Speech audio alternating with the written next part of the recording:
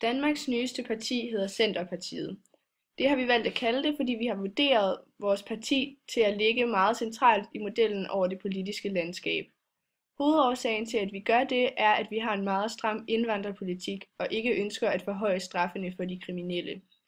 Vi ønsker tværtimod at give de kriminelle mulighed for at modtage den nødvendige hjælp til de problemer, de måtte have. I vores parti er vi inspireret af en socialliberalistisk ideologi. Vi ønsker et samfund, hvor alle har det godt, men man skal samtidig også byde ind med noget for blandt andet at modtage Danmarks offentlige ydelser. Vi ønsker ikke, at det mest attraktive er at blive hjemme på sofaen, frem for at tage på arbejde og yde noget for samfundet. Det lyder måske lidt hårdt, men lige så snart en dansk statsborger bliver syg, står vi klar med et stærkt sundhedsvæsen.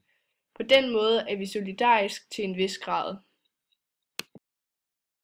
Vores første mærkesag er unge og uddannelse. Vi ønsker et Danmark, hvor alle børn og unge har den samme mulighed for at gennemføre en uddannelse. Vi ønsker ikke, at den negative sociale arv skal hæmme fremtidsudsigterne for unge mennesker.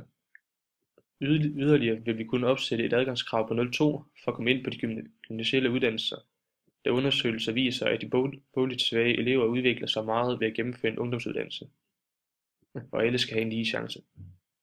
Vi ønsker at skabe en generation af velkvalificerede danskere, som skal sikre vores fælles fremtid. Vores anden mærkesag er indvandring og flygtninge.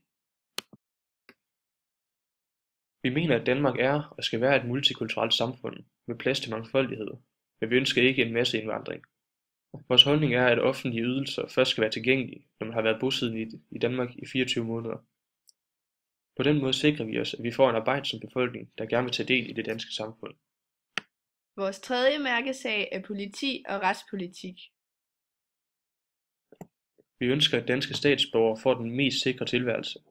Vi vil skabe tryghed ved at indsætte mere politi og sætte hårdere ind mod bandemiljøet. Yderligere ønsker vi at hjælpe de unge, som er indblandet i miljøet i kriminalitet. Vi mener, at den bedste måde at opnå dette på er ved at støtte op og hjælpe dem på vej til en tilværelse uden kriminelle handlinger, frem for lange og hårde fængselsstraffe. Vores borgere skal føle sig sikre for samfundet. Vores fjerde og sidste mærkesag er miljø.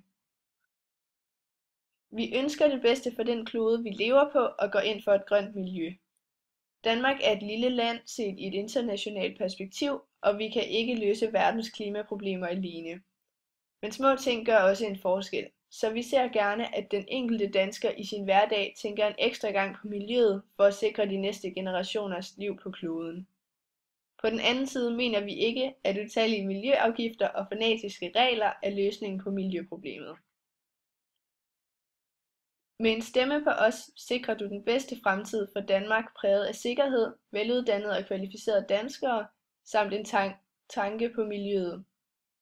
Vi er ligeledes tilhængere af EU, da vi mener, at samarbejdet de europæiske lande imellem er helt uundværligt for et lille land som Danmark.